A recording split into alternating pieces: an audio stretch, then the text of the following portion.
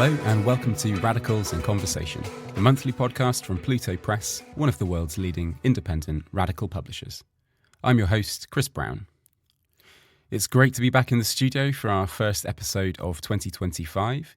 We've got some really great conversations lined up over the next few months, and it's a real pleasure to start the year with an episode that's devoted to a really excellent, analytical, compelling and joyful book, Femme Futures, Abolitionist Ethics for Transfeminist Worlds.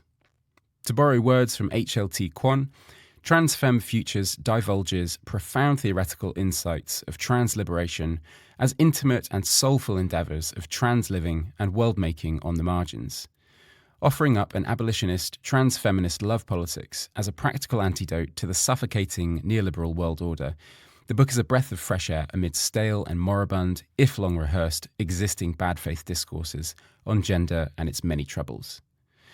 Well, it's my real privilege to be joined on the show today by the book's authors, Nat Raha and Mijke van der Drift.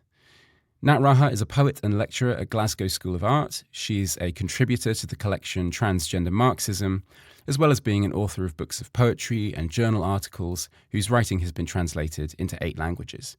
She edits the Radical Transfeminism zine. Mijke van der Drift is tutor at the Royal College of Art, London. Mijke's work on ethics has appeared in various formats in journals, performances and sound pieces. Mijke also edits the Radical Transfeminism zine. So today we talk about what is entailed by trans and femme practices, the value of critical theory, and how trans liberation moves beyond a liberal call for rights. We discuss solidarity, abolitionism, and why it's vital to sit with and work through complicity and friction within our movements. As ever, listeners of the podcast can get 40% off the book on plutobooks.com. You just have to use the coupon podcast at the checkout. So here are Nat Raha and Mijke van der Drift on Radicals in Conversation.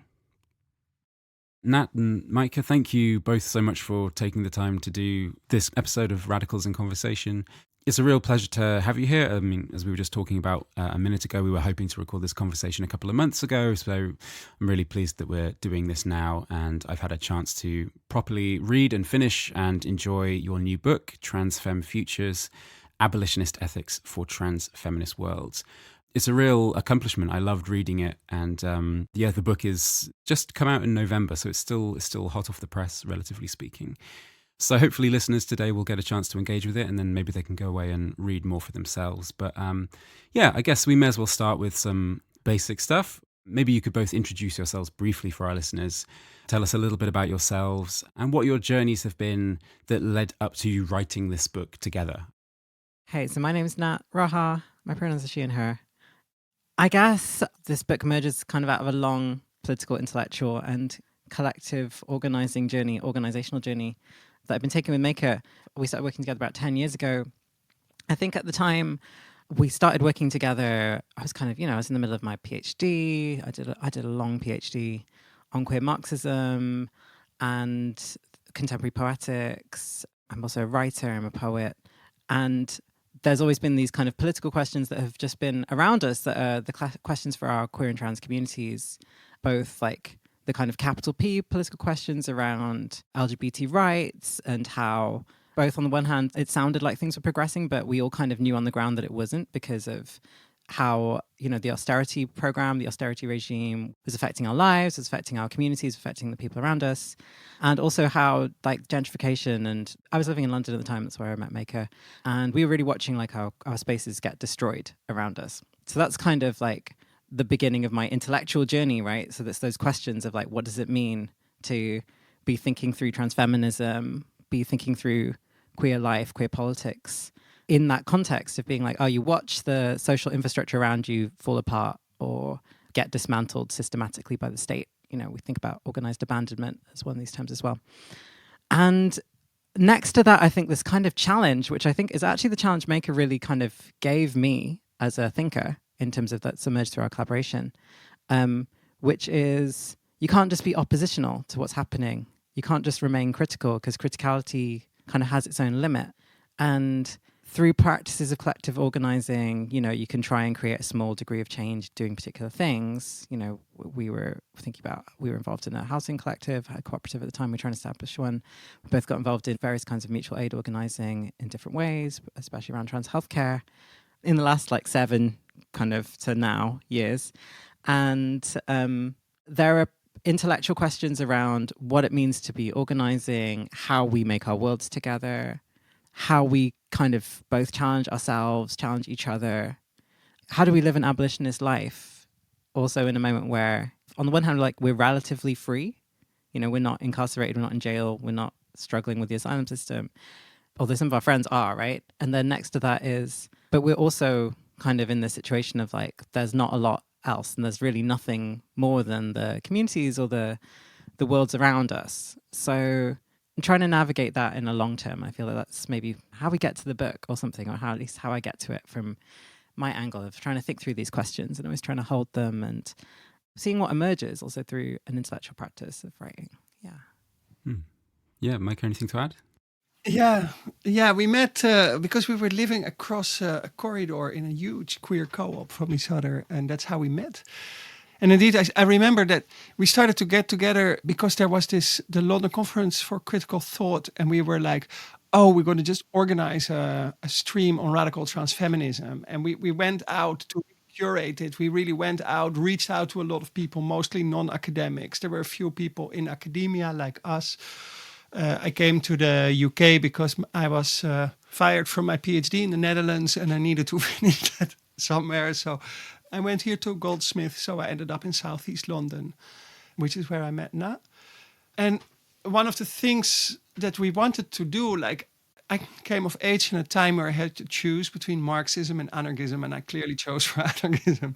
But anarchism only exists once you start to do it, right? It does not exist so as a critical theory approach, which is having emerged from the squat movement in the Netherlands through the years where normalization was demanded, which was by the time that I came to the UK, the enshetification started to hit us slowly. And I think what trans people quite often, they feel things earlier. They feel things earlier than mainstream because there's more pressure on your body. So, and we started to think through this, rights are not going to get us anywhere. So how do we want to live? And I think being in a co-op with all the struggles that it gave was also a very interesting moment to rethink that, especially because the squat movement now is definitely not what it used to be back in the 90s when I was busy with it.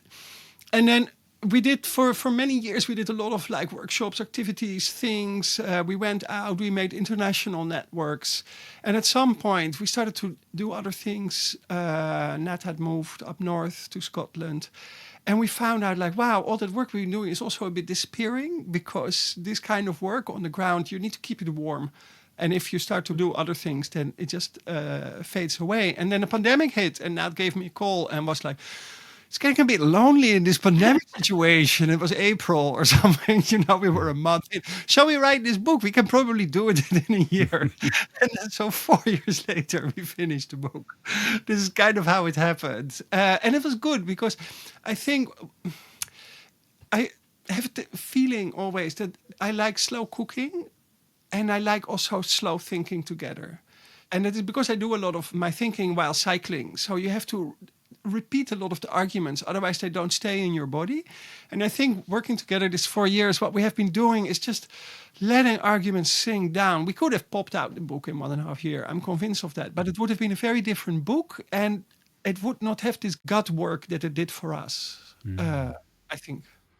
That's really interesting. There's a bit in the book where you're talking about solidarity, and you say solidarity has a longer breath, right, than maybe the right, which is very good at kind of galvanizing anger in the moment as a sort of reaction. But there's this kind of longer train that we've got to see ourselves as operating on, I suppose. And that's a vulnerability as well as a strength. But yeah, that's really interesting. Yeah. I'm glad you took the time to give the book the time it needed, because it's really excellent.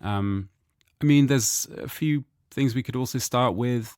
without being too prescriptive, because that would be kind of contrary to the spirit of it, maybe it would be useful to define some of our terms a little bit. You know, you've got trans, femme, futures in the title, so there's clearly very important aspects to the book. Could you maybe say a little bit more about femme, you know, this part of the book's title? What is expressed for you through this word? Yeah, that answer might be fluid and multifaceted and have more of an emphasis on relations or ways of doing and being rather than having like a dictionary style definition. But yeah, what do you think of as the word femme and how have you brought that to this book, I guess? Yeah, I think we started to play around with femme also back in 2013, 2014, maybe a bit earlier for me. It was before I met Nat, when I was very active in the queer scene in Amsterdam and Transcreen, Amsterdam Film Festival, where we started to rethink through femme, because at that moment we were in the rapidly shifting genders that the trans umbrella is rich. Femme was a good way to look actually at how we come together.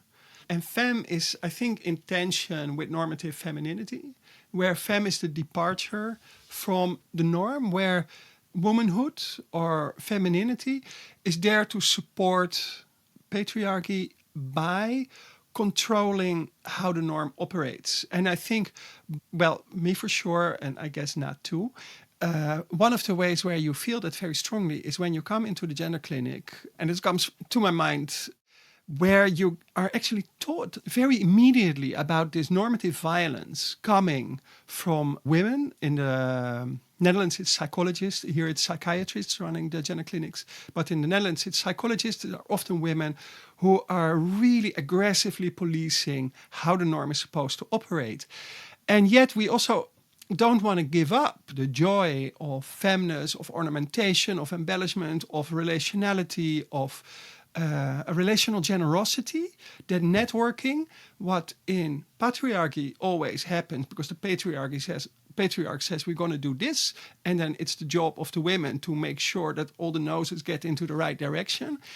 And you cannot sort of like throw all that knowledge of how to relate to groups of people away. But because what we saw in queer movements and in squat movements and also in trans movements is that a lot of trans femmes or femmes in these movements do that work, that slightly under the surface work of getting people together, making sure that all the different opinions are heard, making sure that all the different feelings get a space, even if it not necessarily has to lead to one direction. Right? What everybody's going to do. But what it does, it nurtures and holds the differences and the possibility for disagreement and differentiation in these larger movements. Because if you don't do that, then you come to this old school, like labor, where everybody has to agree with the single party line. And that is clearly coming from these kind of movements, definitely not where we want to go. We want the opposite. We want to have the possibility to spread out, because people bring their different experience and their different beautiful things. And it doesn't mean that we have to reduce that to a single line. I think that it sells our movement short. And femme politics has the possibility to hold that together. Yeah, so not even just a single line. It's also like a single way of doing things, right? And a single form of labor, of if we're talking about political labor or world-making labor, what it looks like. And this is useful because we're kind of always between this like defining the term and then the kind of refusal to define the term, which is actually because we want to do the elaboration of the things that constitute the term. And so it's this mix of thinking about, on the one hand, kind of thinking about this old school definition of femness as having emerged through primarily working class, queer, kind of like community practices, a mode of self-expression that's always situated, it's always kind of communal, or it only kind of makes sense in relation, either in a social context or a communal context, maybe in a relationship context. And then next that also having this moment where like a reclaimed femininity that's kind of punk, that's kind of DIY, that is about all the kind of words you want to put a self prefix but don't really kind of work. So it's kind of like this form of like, it's empowerment, but it's because it's stepping into power, right? Like as like a space that you can kind of like have expression or do the collective world making or build something with the people around you, which is also about how you express yourself, right? Also kind of having this moment where the whole idea of queer femininity is now a little bit removed from this polarity with butch, which is also to say like, we don't have to think about femininity in relationship to masculinity anymore. And so there's something about just trying to focus on like what emerges out of femininity when it's, on the one hand, kind of you're trying to divorce it from patriarchal expectations and gender norms, which is also partly what trans does, and we'll talk about trans in a second. And on the other, you're always kind of getting reinterpolated into that, right? Because there's a logic of understanding femininity, which people can only really see femininity as the norm unless you're kind of clued into what queerness is doing or what transness is doing. And by default, queer femininity is always going to be a faulty, bad, or excessive, over-sexualized, hypersexualized version of that normative femininity. Or it's going to be too weird, too messed up, too fake, you know?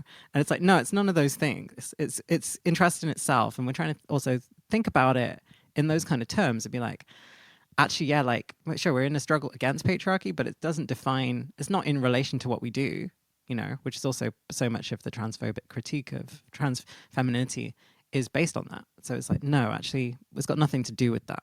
It's a refusal of that to a degree. Yeah, well, maybe we'll move on to the trans in just a second. I mean, I think there's a bit in the book where you talk about, how femme practices don't lean on a single order of being in the world. They're not singly logical, sensorial, or effective. Different connections are made and grow into new practices. And you kind of use the language of kind of luxuriousness and opulence and abundance as an openness to meaning and connection, which I thought was, really, really nice. And kind of maybe let's move on to, thinking about trans in this context as well. I mean, this is like one of the starting points. It's nice that Mijke was like, oh yeah, I've been thinking about femme since, I remember Mijke giving a paper on this kind of in 2015, right? And we're also kind of working with these like core conceptions of what trans can kind of do or be, which is this, this is like Susan Stryker, like a refusal of an unchosen starting point, moving towards something else. And so kind of like trans is already formulated as like either movement, or some thinkers really frame it in relation to refusal. And I think we're trying to think through both of those terms, but then also be like, it's not just movement, it's a practice.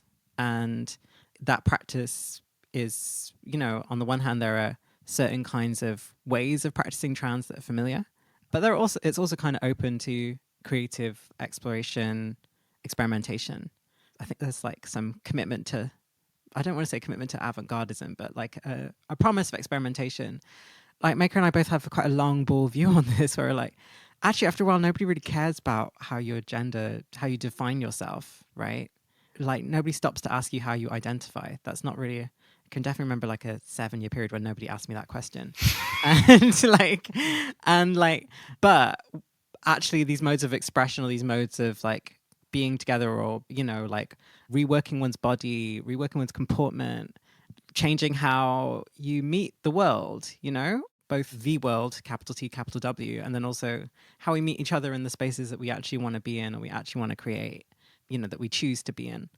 And so there's something about this, like, so transness as this, on the one hand, to move towards something else, but then to be a practice that we're basically all continually involved in. And pretty much if you stop transing, you kind of fall back into the norm, right? That's the trouble. And then also to be like, it's a shift of thinking about trans just as something that one identifies as, because we kind of really don't believe in binaries, right? So why should we be maintaining a trans cis binary? If it's practice-based, it kind of means it's open to anyone working their body, or their body mind, or their self, or their world kind of in this way. Yeah, I think, thanks, Nat. The only thing I actually can add at this stage is that, back to the critical theory part, like critical theory emerges from these German traditions where knowledge is ultimately important, right? Because Kant borrowed that from Machiavelli, and Machiavelli doesn't mind all the scheming bit as long as you don't make factual errors, right? This is why he doesn't mind the scheming, because we at least have to share a single world. So that is the basis upon we can scheme. And Kant borrowed that. And so a lot of what critical theory does, it fronts knowledge before practice. And I think when we started to think with ethics, and how do we do something else, we say like, hold on, it is our experience as trans people. We have patches where not only we don't know who we are, as Nat said, or the question doesn't get asked, or it's irrelevant to us, but we actually don't really know what we're doing, but we're going there anyway. And what we're doing and going there that dareness becomes is what we build together in these moments. And that can come with micro-identifications, where we can jokingly say to each other, oh yeah, I'm a diesel femme because the power I step into is the power drill, because I grew up on a farm and I know how to operate that machinery, right? And so I think it is that stepping back from consistently emphasizing this academic perspective, knowledge, to say, like, actually, how we live, it's always body first, and body makes theory. And I think it is this gentrification that happened from the 60s, late 60s onwards, where the working classes were ushered into middle classes through academic study, where this whole knowledge production, this working class physical knowledge production, just got lost or ignored by a very, very pervasive middle class academic approach. And I think that is what we step up. We say, like, we can stop. We can return to some of that older cultures that we always shared. I had written a question. It's interesting hearing you say the body makes theory, because the book does seem very, it's kind of unapologetically theoretical. It makes a really compelling case for the value of theory, in a time of like fabricated scarcity, both economic and epistemic, I think you say. And that you write in the book how theory can build bridges across provincialized thought and function as a tool to work upon the imagination itself. It's interesting that it's a rejection of that sort of emphasis on knowledge and being correct and acquiring the most knowledge. And then, so it deviates, I guess, from a lot of the Western like intellectual tradition, but it is nevertheless a theoretical work. If there's anything more to say on that, then you could. Yeah, definitely. I love theory. But I'm also I came from a farm, and after that I was a dancer for a long time before I started to go for philosophy. And I think this is also where my love of theory comes from, but also my rejection of large part of canonical methodology. I find that the situatedness Western is always a bit cheap at some point, because there's so many nuanced versions, and who is Western nowadays? And all the Marxists, they are surely Western, but surely there's also a lot of helpful stuff coming out of there. So away from the canonical thought, you can find ways where theory becomes the helpful abstraction rather than the imperial generalization, where the imperial generalizations, they reduce the world to a single order, where positionality becomes and subjectivity becomes the placement of you in the imperial order. Well, if we look actually at practice, how do we do things? And then how do we look at patterns? That is literally pattern recognition, the abstraction of that. Theory is extremely helpful, because one of the things we don't need to do is collapse in these purifications of provincial patriarchy, where it is, but this is the right thing here, or because we are trans, we know how to do this like this. It's just not true, and it is just not honest and fair. So while we can see those patterns and see if we follow those patterns, we actually launch ourselves into liberalism, which is not where we want to be, because we need to be reflective on that. The pattern recognition as theory is helping us to see which parts of ourselves and also in a collective we can address in certain moments, because we link the pattern to the surroundings that we're operating in. And if I do things here in Britain, I see on the one hand completely different possibilities and exciting, nice, because I'm a union organizer as well. But if I go back to the Netherlands, I cannot sort of take that same UK union organizing and just pour it out there in the same context. I need to rejig everything so that it fits, and certain tactics and strategies and ways of thinking fit that context so that it can become alive there. And it's only possible if you work with abstractions that you learn to translate up and down. And if you work with generalizations, this is that, forget it. It's just not going to work. It becomes just imposition and the paratroopers of the left that come to impose upon different environments. Yeah, and I'll just add that there's something in the broader feminist intellectual projects, right? Being there is still work and thinking that does kind of matter to understand the micro levels of our everyday, and the role of abstraction in understanding that is kind of key. And I think as we're both kind of committed in different ways to this. What does it mean to theorize from where you are, to theorize the everyday? There's something about the value of trying to write through the everyday and to build ideas out of it. And I think so much of the exciting feminist writing, both by like people we've been reading over these years, like also thinking about the people who are close to us as intellectual friends, you know, just because theory can come from everywhere, including from the so-called bottom, you know, of the material social order or whatever. And there's so much value in thinking through those nuances and thinking through those microdynamics and trying to, again, like, because that's also how we get the kind of structural critique to land in our lives and be like, oh, this thing is taking place and it's an effect of X, Y, and Z material political decisions that have happened, you know, miles away from us or above us in these terms, but actually how it's lived and felt in one's body or in one's world or into one's community or, you know, wherever. Theory can kind of have a role of being able to grasp that and see that. Yeah, I think as well, like when you were talking about trans as well, this kind of rejection of the fixity of one's positionality, or like trans just kind of congealing into like another identity category. I mean, even the book itself is written in a few different styles or registers. Like that was quite interesting. I mean, it's not such a dramatic shift in voice, but it's definitely there, and it probably enriches the book as well. You know, even within this single like project, you've got like a multiplicity of different ways of approaching the material, which enhances the overall. It's an interesting choice, and I think, yeah, probably touches on some of what we were saying there. So there's a lot of big ideas in the book that either I hadn't like encountered before or hadn't really thought about so much before. So I'll just kind of bring us to one of them, which is complicity, right? This is something that comes throughout. And we're talking about complicity, our complicity with the system that we're entangled with, right? That we want to be rid of as well. You put forward this idea of complicity not as something we should be striving to work ourselves free from, in the sense that we need to endeavor to be morally pure or innocent or something, but rather that we need to be able to sit with and even embrace our complicity. So yeah, this is like a big strand, I think, that runs throughout the book. So I'd really love to hear a little bit more about this idea. Yeah, complicity, it starts, I think, before the book. And it starts with Jackie Wang, Against Innocence. Was it called Against Innocence now? Yeah, Against Innocence. Yeah. And then Gloria Wecker's White Innocence is also a foundational book in that sense, that we were like, so what is this innocence? And I think what critical theory does, it points to limits and limitations, but in doing so, it often invisibilizes itself. And what you then get is that there is a certain striving for innocence at the heart of critical theory, because it actually cannot address itself, or it can only do that with the help of positionality, which is the imperial category, which we already said we don't really want to think foundationally with that category, even though you have to deal with it in the everyday.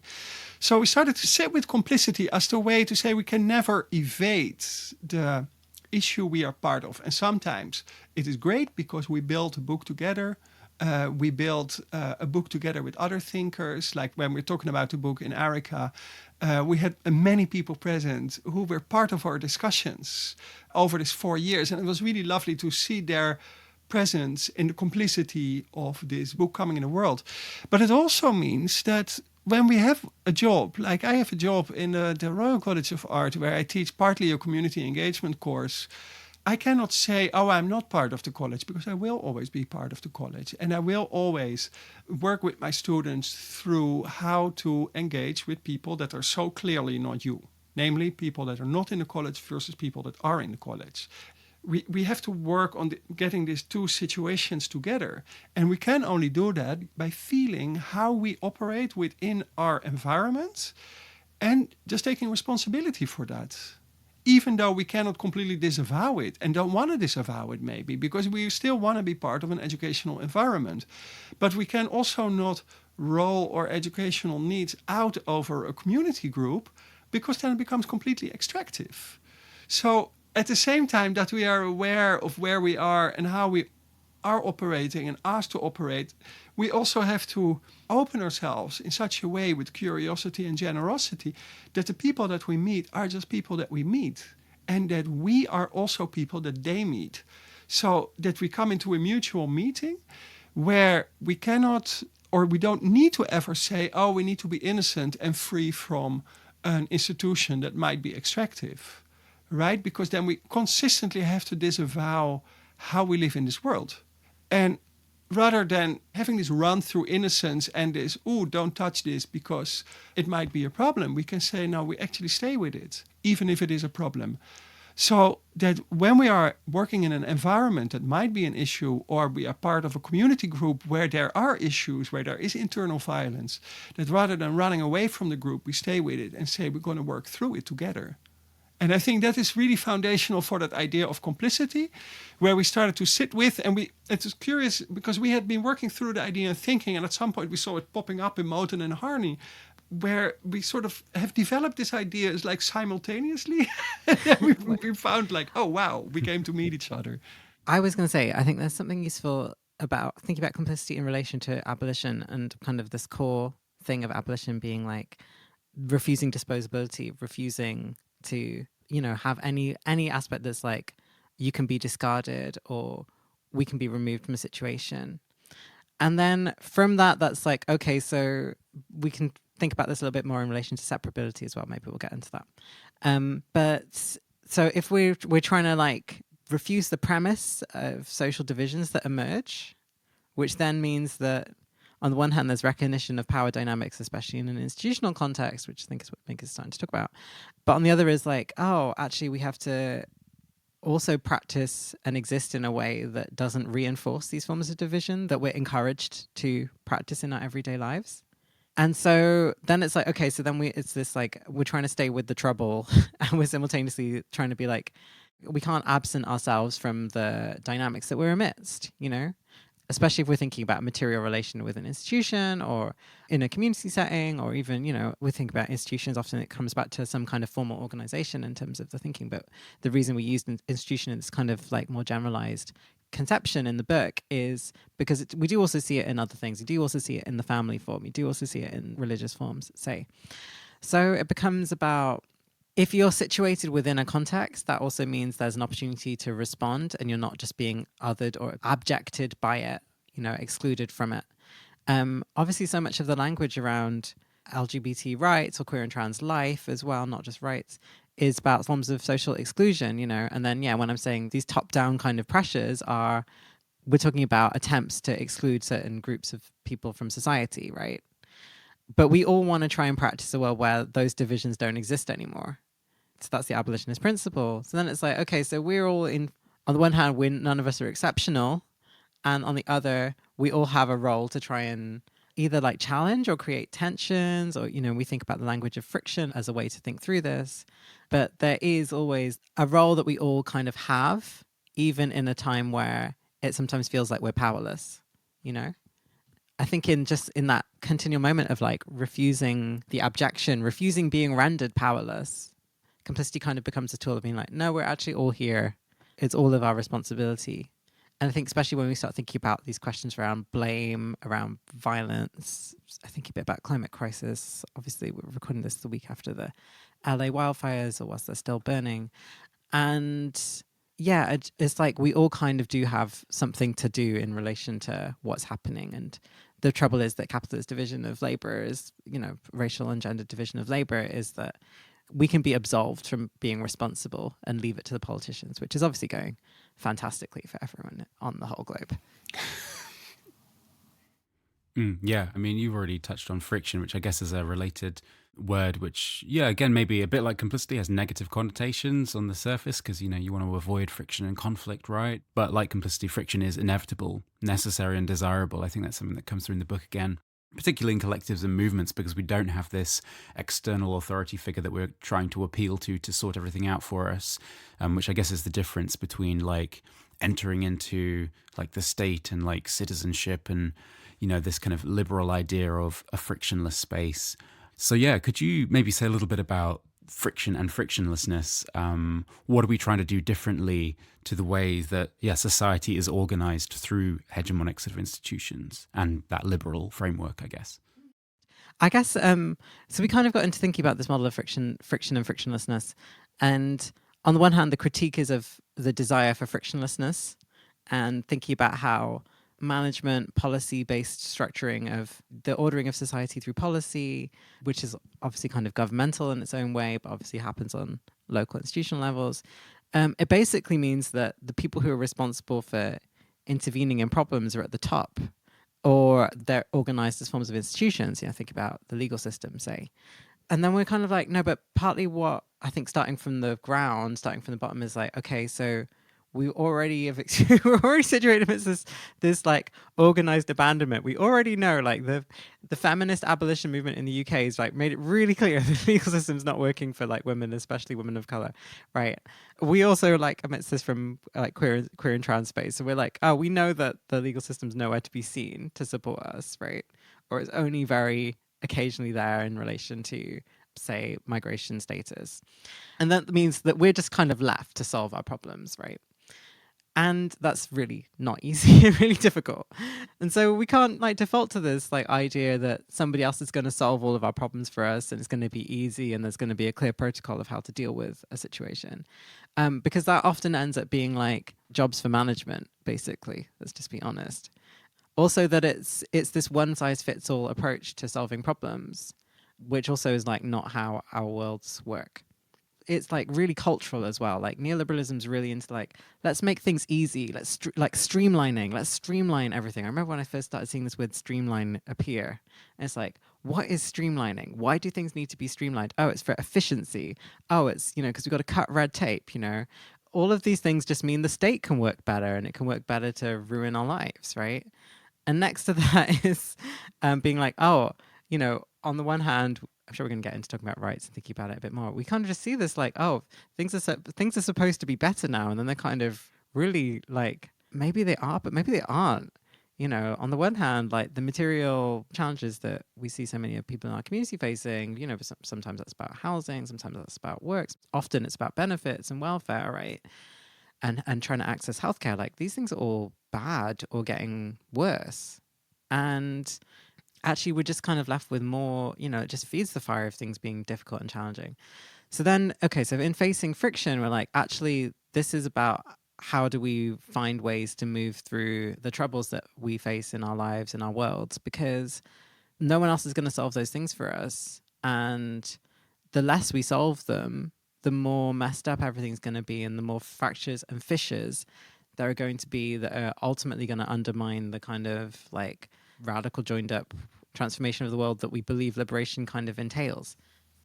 I think one of the things that I wanted to add here is that social movements not only create friction vis-a-vis the norm, but they always consist of internal frictions. And sometimes people really feel a lot of despair, but oh, why are we not frictionlessness? And I think what we want to offer is because this is the only way. The only way is to embrace that friction. And for instance, if you look at movement thinkers, people like Fanon, at the moment that people start to individualize Fanon as if he's a sole genius, and they start to bring him close to the canon, right? They start to make his links to Hegel and Lacan. And there's a lot of overemphasis on the fight with Aimé Césaire. Well, the fight is the point, because that shows that Césaire and Fanon and a host of other thinkers, because Fanon was not universally popular within his movement for liberation of Algeria, right? There's a lot of people in disagreement with each other. And as we said in the point about Femme, like, hey, we all come with different viewpoints, ways, doing things, strategies, tactic, hopes. We better learn to embrace and love that difference, including embracing and loving the friction that comes with it. And then at some point it comes to decide like, hey, what we're going to do. Then it's also important to see, oh, sometimes we do what you want, sometimes we do what you want, sometimes we do what you want, but we don't need to reduce each other to a single party line again, right? And friction is just a part of it. It helps to go deeper. It helps to actually find your foundation, find where your hopes, feelings, arguments, insights, experiences come from. And if you can combine friction with love, then we have a healthy movement.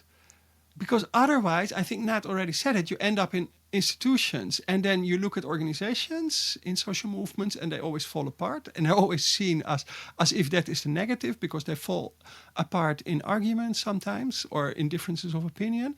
And I think it's actually the sign of their success, because you see people that have worked together spread that movement, spread those insights to other organizations that come together. And I think we should completely endorse it.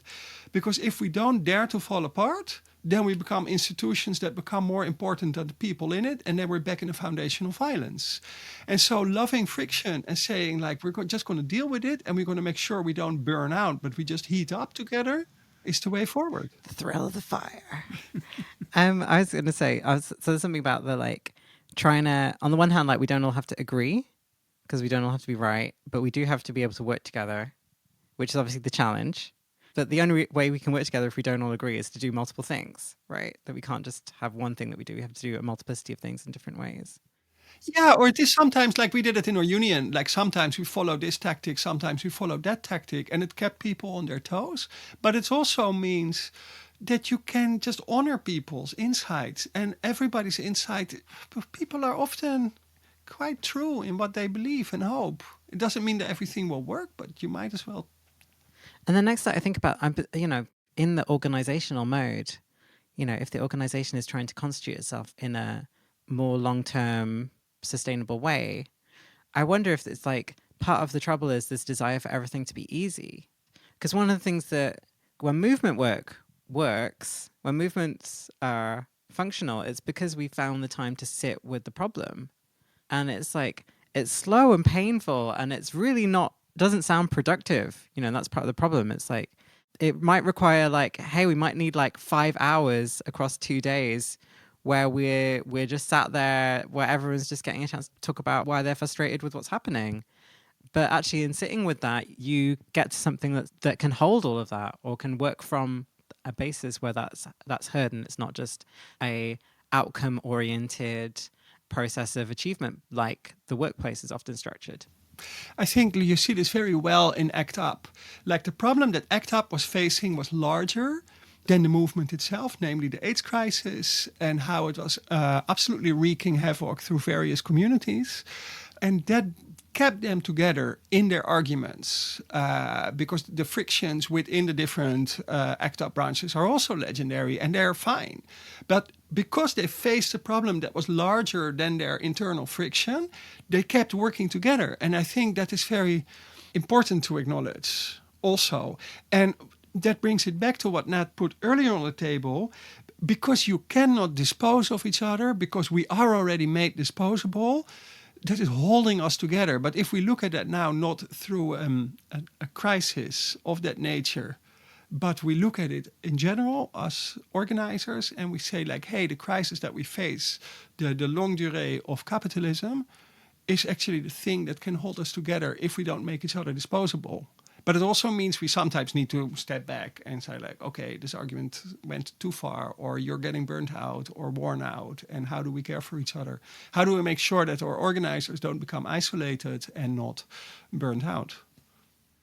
Yeah, no, absolutely. And I think maybe this touches on solidarity, which is maybe something we don't, as a word we use a lot, don't necessarily think too much about what we mean by that. But there's a lot of key ideas in what you're talking about in solidarity in the book: generosity, sitting with sort of an openness to difference without separability, and sort of, sitting with conflict.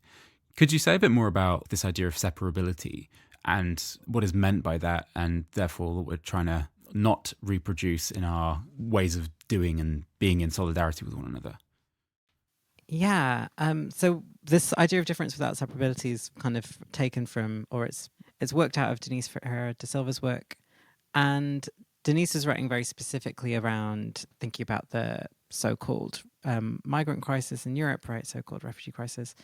And there's been some useful thinking in the political sphere more recently being like, oh no, this isn't like a migrant crisis. This is a crisis of hospitality or of welcome, in that Europe literally obviously is the xenophobic dynamic in Europe that's like leading to fascism, that's led to fascism, is also this refusal, this fear of the unknown, this refusal to welcome in people who might need to be here for whatever reason. And so next to that, I just spent loads of time being like, why is the state so afraid of even really simple, quite basic reforms to legal gender recognition, and thinking about like, what is the role of legal gender in that context, such that it must be defended in this intensely reactionary way? And So next to this is also then these other dynamics of like, okay, so how do forms of social division get reproduced? Who is responsible for reproducing those forms of division? On the one hand, sure, there's lots of right-wing, anti-black, anti-migrant, anti-trans, anti-queer sentiment, anti-welfare, anti-disabled, like rhetoric that's been the whole public discourse, and at least in the UK, we've seen this the whole last 15 years, right? And obviously it's not just a UK problem by any means.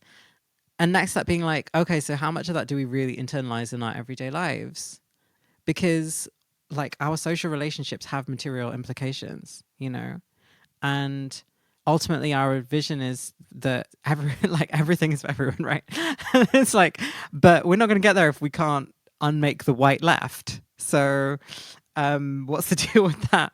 And yeah, and so that's kind of, I think that's like the maybe some of the more political implications of like trying to be like, okay, so really though, what is the challenge for us as people involved in social movements in different places and involved in different ways, you know, some labor organizing, community organizing, mutual aid, political organizing, like there are all these different elements of like where the social is continually reconstituted in our everyday interactions and who's in our world and who isn't. And yeah, so really just trying to flip this, like on the one hand is, yeah, sure, there's the political challenge, there's the really obvious right-wing politicians that we need to contend at the moment. Obviously, there's no functional organized left. Let's not talk about that right now, unless you're in France, maybe. And next to that is actually how do these dynamics get reproduced in our worlds? You know, how do we work towards why is sameness familiar and reassuring? And next to that being like, okay, actually, there are ways of reaching across difference, which ultimately nourish, like potentially nourishing, world transformative, lead to changed understandings of how we understand the world, how we understand ourselves. But also, it can never just be self-interested.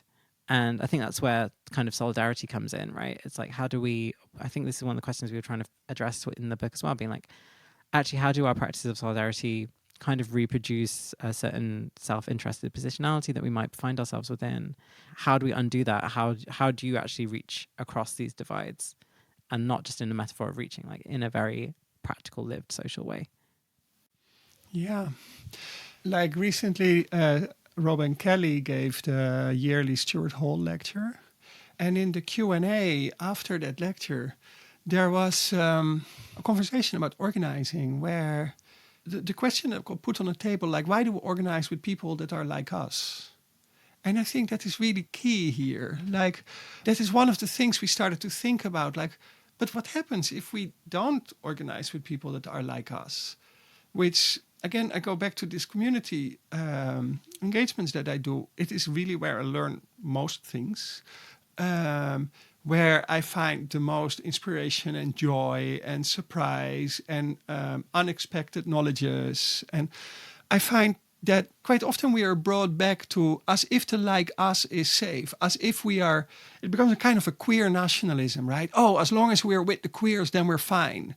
As long as we're just with the trans people, then we're fine, because then we don't get that violence. And again, going back to the refrain of critical theory, it is always seen as limits are general and coming out of the mass, rather than what we try to propose. No, the friction is necessary and is not always a limitation of us. It is also sometimes a deepening of us. But you have to learn to tell them apart. You have to tell apart when it is hegemonic, trying to press you down and to keep you apart, and when there is the joy of heating up together because you are in different arguments. And when solidarity is not over there with you who are worse off than me, but solidarity is coming together because we all need to be liberated from capitalism, even though our starting positions are vastly unequal. We have something to gain from each other, and we have to get out of that point of us coming to bring something or us just coming to receive something, right? And that is where this anti-separability work comes from. You not only have to question the fears that you might feel or the lack of empathy that you might feel, or the over empathy that you might feel, and the projections that it brings along. But it's also something there where I think Nat said it in the beginning, like transness is just this movement that you try to situate yourself relationally in your environment, to leave a positionality behind that is always already an imperial positionality. And that is not just trans people that can do that, right? We can all do that. So I think this is something that trans offers to the world, that everybody who doesn't identify as trans also can start to do, because all these patriarchal relations that are hierarchizing and purifying, we need to unlearn that stuff, because it's not good for any gender. You know, it is not just a trans situation. And at the same time, I think a lot of the critique we hear from, coming, for instance, out of the Windrush generation, right? Hey, I am here for a very long time, and I'm always made to be a foreigner. So what does that teach us about connecting to the land and connecting to each other on a piece of land? Right? And we need to learn these lessons from each other. And we can only do that by not diving into the separabilities, like, oh, I need to work like the quote unquote like us. There needs to be some general form of liberation, and everything else is detail. It's not. Everything else is fundamental. You know, we write quite a lot about the hostile environment in particular in the section on separability. Obviously, it's the really obvious kind of example of a legal framework that has been instituted in Britain by the Tories, and obviously like the new management, which is doing the same thing, and maintaining it, or upholding it, I should say, and that we're all kind of involved in upholding the hostile environment, because that's how it's structured, right? It's like anyone working in a public institution is responsible to uphold the hostile environment on a legal basis, depending on what your role is. But yeah, and being like, actually, it's a really good example of like, how do you defeat the hostile environment? On the one hand, there's sure trying to get it off the books, but on the other, it's like it's about what you do in the world. It's about your actions. It's about how you interact with people. It's about how you look after people at home. You know, it's about who's in your community and how you support each other. And I think that question of the like, okay, so the response to the structural or administrative violence is social organizing, and that only works through multiplicity. And yeah, and I think Mijke's example earlier of like, oh, in the union, 1 week we do it like this, the next week we do it like that, the third week we do it like another way. Like that kind of multiplicity just emerges through an embrace of different kinds of practices, emerging from different cultures, emerging from different spaces. And then simultaneously, it's just not multiculturalism, or it's not neoliberal multiculturalism as the co-opted form, because that's like, hey, we can all just be in our box and we can all be on display. So, which again is static and categorical. I mean, we've been talking for a little while now, so it's just a question of what we're going to not talk about and what we do still want to talk about. I suppose like trans liberation versus transliberalism. Transliberation, as I understand it, kind of from what you say in the book, it's wrapped up in the liberation of like everyone, right? It's not just about appealing to the state, demanding, you know, certain rights and yay for trans people, but where does that leave everyone else? Or where does that even leave trans people if the best case scenario is entering into the same, you know, neoliberal, you know, etc. So, yeah, is there more to say about your vision of like how transliberation differs from transliberalism? It's worth thinking, but yeah, so thinking about transliberalism first and being like, okay, so it's this idea that rights and recognition are the forms of enfranchisement that will ultimately lead to a transformation in the world and like improving of our lives. You know, we spent a lot of time just being like, what do we even mean when we say trans rights now? You know, what are people asking for? And trying to do that schematically and thinking about the difference between NGO approaches to the trans rights agenda. And next step being like, what about the approaches that activists, including ourselves, have put forward and how they've been taking up, and especially thinking around healthcare. And again, like having a look at this in a bit of a long ball game around equality and rights legislation. And on the one hand, seeing what has shifted, both from like, you know, Equalities Act, gay marriage, same-sex marriage, you know, the transphobic version that landed for a while. And like there are material improvements that have accrued to very small groups of people, especially if you're willing to make these kind of like either institutional commitments, be that through marriage or be that through through work or through mortgages. But if you don't have access to any of those things, then, you know, you're still kind of in the shit, let's be honest. And especially given this longue durée of austerity that was still kind of in. Yeah, I think part of that is also being aware of how the public discourse has shifted, the kinds of critiques, the kinds of thinking that was very familiar 10 years ago, especially at this moment, even before Maker and I started working together. A lot of that's receded from view, because that's just the way of the world. Like we just exist in the austerity time now. And trying to also be like, actually, things could be different. This isn't the reality that we had to be delivered into. And that, this idea of it gets better, classic Dan Savage program, it kind of also didn't get a lot better in other ways, right? So liberation just being like, the idea of going to the state to demand the things that we want in order to make our lives livable just seems a bit ridiculous, because the state is continually making our lives less livable. Because I think that is what transliberalism does, right? Because liberalism is like, it asks you to adapt to life, to living inside the institution, where the institution is still normative and often class-based and white and straight. And transliberation is more or less the opposite. How can we live together in the world, and what kind of actions make it more vibrant? Because what we see, and I think we see that also not only austerity but also past austerity, because Starmer doesn't make things better. There's this epistemic scarcity and the scarcity of possibilities. Things are shutting down, and there's less and less and less and less. And I think if we want liberation, we can come into this doing more together, which is also why this friction is necessary, and why the adapting yourself to life in the institution will never get you there. But figuring out how we can live together in the world in a way that makes us more vibrant, it also stops being very human-centric. Because honestly, if you see sheep in a meadow and the meadow is just grass, you can also see the sheep are a bit bored and it's just not really their way, right? And you see sheep and the more lively meadows flourishing together. You don't need to have grown up on a farm to see that. It is evident. It's evident. And the same is for people. You don't need to know, quote unquote, what the content of somebody's life is to see that somebody is doing well or not well.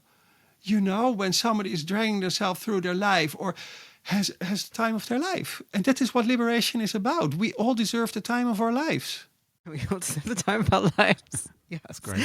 But the grammar of I really just wanted to say, like, so much of this has been like frustration of a lack of grammar for what transliberation actually means in practice. And then next that kind of, I think, in discourse, because you kind of see that, you do see that grammar playing out in the world. You do see it in mutual aid projects. You do see it in these moments of pooling resources and transformation and refusing the kinds of consumer structures that especially like trans embodiment is encouraged to go through in order to change your body.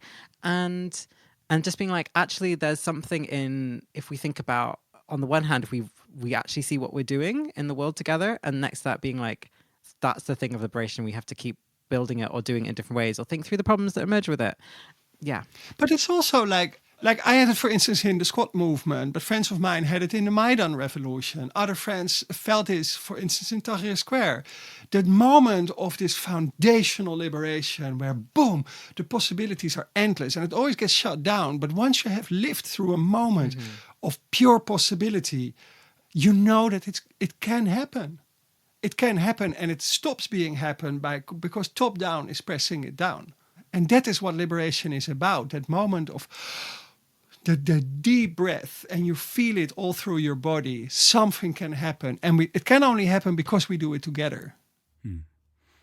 I think the word you said earlier was like vibrance, and another thing that I was thinking that I would say towards the end of this episode, and it makes sense to say it now, is like that joy and pleasure are two words that don't really appear as often as they maybe should in works of theory or in like left-wing discourse, but they really kind of go through this book. And I was just wondering if you could say a little bit more about how, this idea of like vibrance, joy, pleasure infused the Femme Futurism of your book.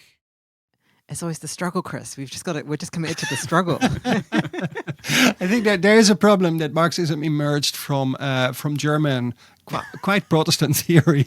So there's no place for pleasure. I think one of the things that why we started to write also about joy is because it is literally the stuff that keeps us going. Like we're sort of battery powered in that sense, and in the same way that in summertime everybody might feel more vibrant, but also has more joy because you just get more light.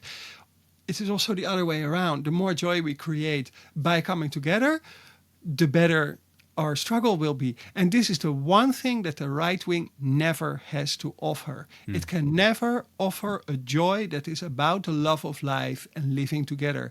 And that is the absolute unbeatable and unbreakable strength of the left, is that we have this, because that is what powers our movements, and that can never be stolen from us. And so this is the thing that we really need to rest our struggle on, to build each other up with joy, pleasure and love and generosity. And that allows us to fight management and fight the right, and we're going to need to. I'm not sure. I'm actually like, wait, but don't the right want the white fascist utopia? But it's not joyful. I'm not sure. It's like, they are purifiers and hierarchizing, so they start to tell people off. We have seen this in action. True. They always. We have seen this many times. They always need the police. That's how it goes. I think it's the thing of like, because for so many years, like trans was always framed as this like, oh, whoa, I'm trans, misery, I've got to be so sad, the gender clinic's got to save me. It's like, no, like trans is fucking great. Like we have a great time. We feel like leaning into trans embodiment is like a blessing. It's like a form of, it's a form of bliss. It's like, you really feel those moments. You have those moments where you're like, oh, my experience of some kind of weight being lifted from your body mind. And it's not just from your body, it's like psychic as well, always in relation to each other. That there are all these things of possibility. And I think I don't want to say it's the same as that moment of the revolutionary transformation of the subject that Mijke was just talking about earlier, but it's related. And next step being like, I think again, just like in part of what feminist or femininity is about is like having all of this life, letting all of the life of the world kind of in and letting it bloom and do its thing. And I think that's why these words like embellishment, opulence are kind of useful and as maybe not critical tools, but as like ideas of what we're trying to work towards in our worlding or in our world making, and being, it's like, because we do actually need we need to let the whole world in, because actually part of the problem that we face, like in relation to climate crisis, is like, oh, we've just been shutting the world out the whole time, right? And that's the violence, that's the separation, that's the division from a connection to the land, that's the division that's turning land and water into resource. That's all at these kind of like originary, the Cartesian Kantian Enlightenment separations. Being like, actually, no, we want all of this together, and we want the possibility of it existing more for everything, and it's not just human as well. Yeah. I think like this is now, we're sitting here in the Holocaust Remembrance Week. My grandfather was 3 years in a Nazi prison. And I think one of the things that I learned from him is not just how you have to fight the Nazis, which is on a host of different levels. Sometimes it's with violence and sometimes it's by keeping people safe. But also what I learned from him is how to make a lot of joy in your community and protect each other. And that goes together. The making joy and protecting each other, because it's the way, and I think that is quite often missed in lefty movements, how important culture is to build trust with each other. And you need this cultural event, whether it's music or theater or performances or sports, it can be lots of things, because you learn to rely on each other, because you can celebrate together. And in that openness, in that happiness, like Dario Fo also said that, if you want to get a political message across, you better make sure that people laugh, because then it goes in. And this is the part of the joy, the moment that we meet and we have pleasure. I don't need to be the same as the person with who I stand shoulder to shoulder in a fight, but we have met each other and we know we can rely on each other. Yeah, I mean, one of the last questions, I think perhaps the very last question you sort of pose for the reader in the book, is what sustains our worlds and what do we need to keep them nourished? So I guess I thought I'd just put this question to you both. I think we've kind of just covered it in the last couple of minutes anyway, but on a personal level, what sustains and nourishes you? in, what are undeniably sort of very dark times. Like eating together. So what? Being in that space, actually, being in some kind of relation with each other, be that domestic with food, or be that, in something more open and more public. Just the coming together feels like it's often hard, but it's often the moment of reflection of like, oh yeah, this is why we're here, you know. It's also like my voice is a bit rough today because I didn't prepare well, because I did what I love to do. And I went with my comrades from the Big Ride for Palestine through London on the 1 year Big Ride of Return on Saturday. And so we were shouting and singing and doing slogans on our bikes all over London with Palestine flags. And this is one of the moments that you are raising your voice together while being together, that you also make joy, but you also stand up against the genocide that is going on, even though we are not, in that sense, managerials that we can stick out our hand and fix it, right? The only thing we can do is not let it slip under consciousness, right? We have to keep reminding people that this is going on. But that coming together and singing together, that alone brings us together and holds us. It holds us by being there. And so I agree, eating, but also singing, dancing, loving. Joining the blockade.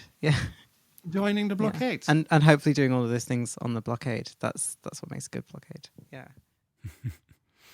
Well, I think that's maybe a really nice place to leave it. There's, as we suspected, quite a lot that we didn't cover, but, I think that's fine.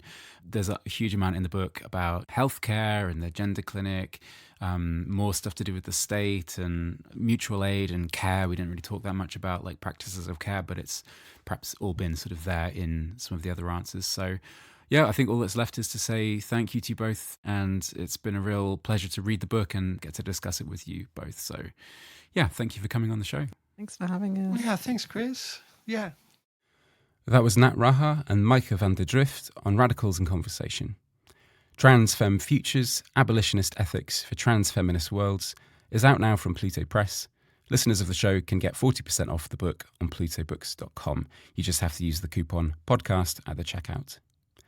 We've got some really great stuff lined up over the coming months, so please do hit the subscribe button if you haven't already.